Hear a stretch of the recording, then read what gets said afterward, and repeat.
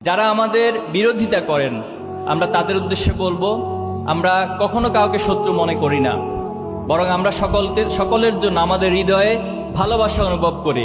আমরা জানি যারা আমাদের শত্রুতা করে তারা না বুঝে সেটা করে, তারা হয়তো দুনিয়ার কোনো স্বার্থের কারণে সেটা করে।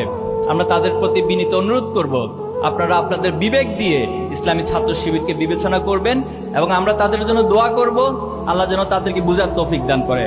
আমি আমার সদস্য ভাইয়েরা সহ সকল জনশক্তিদের উদ্দেশ্যে বলবো, কখনো কারো প্রতি কেউ যদি আমাদের প্রতি বিদ্বেষ পোষণ করে আমরা তাদের প্রতি বিদ্বেষ পোষণ করব না, বরং আমরা আমাদের উদার হৃদয় দিয়ে, আমাদের চারিত্রিক মাধুর্যতা দিয়ে আমরা তাদের হৃদয়গুলোকে জয় করে নেওয়ার যে মিশন, সে মিশন আমরা অব্যাহত রাখবো ইনশাআল্লাহ।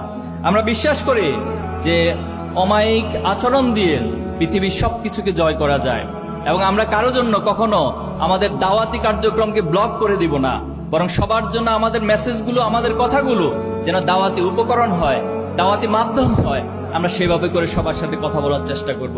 নিঃসন্দেহে আপনারা জানেন যে খালিদ বিন ওয়ালিদ রাদিয়াল্লাহু তাআলা আনহু তিনি উহুদ যুদ্ধে মুসলমানদের বিপর্যয়ের অন্যতম নায়ক ছিলেন, কিন্তু সেই খালিদ বিন ওয়ালিদ রাদিয়াল্লাহু তাআলা আনহু একটা পর্যায়ে ইসলাম গ্রহণ করেছিলেন।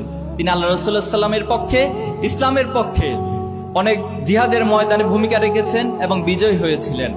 ওমর রাদিয়াল্লাহু তাআলা তিনি আল্লাহ রাসূলুল্লাহ সাল্লাল্লাহু আলাইহি ওয়াসাল্লামকে হত্যা করার উদ্দেশ্যে বাড়ি থেকে বের হয়েছিলেন, কিন্তু আল্লাহ তাআলা ওমর রাদিয়াল্লাহু তাআলা আনহুর মনকে পরিবর্তন করে দিয়েছেন।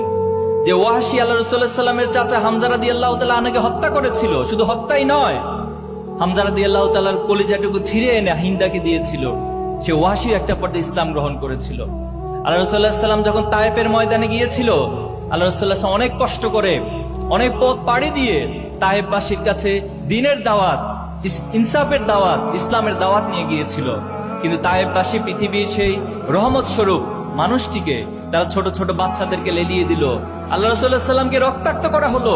তখন জিবরাইল আমিন তিনি আল্লাহ রাসূলুল্লাহ সাল্লাল্লাহু আলাইহি ওয়াসাল্লাম অনুমতি চাইলেন যে তায়েফবাসী আপনাকে এইভাবে রক্তাক্ত করেছে, আপনি শুধু আমাদেরকে অনুমতি দেন, আমরা আল্লাহ তাআলার পক্ষ থেকে এই মুহূর্তে পাহাড় দিয়ে পুরো তায়েফবাসীকে দোষিয়ে দিব।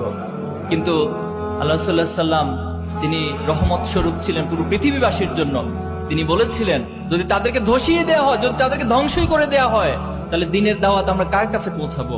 আমার বিশ্বাস একদিন তায়েফবাসী অবশ্যই বুঝতে পারবে এবং তারাও ইসলামের পথে শামিল হবে ইনশাআল্লাহ। আমরা সেই আদর্শকে লালন করে এই জমিনে যারা আমাদের বিরোধিতা করছে, আমরাও তাদের জন্য আমাদের হৃদয়কে উন্মুক্ত রাখবো, প্রসারিত রাখবো, তাদেরকে দ্বীনের পথে আহ্বান করব। আমরা আমাদের চারিত্রিক মাধুর্যতা দিয়ে তাদেরকেও দ্বীনের পথে ইনশাআল্লাহ নিয়ে আসবো। আল্লাহ তাদেরকে কবুল করুন, আমিন।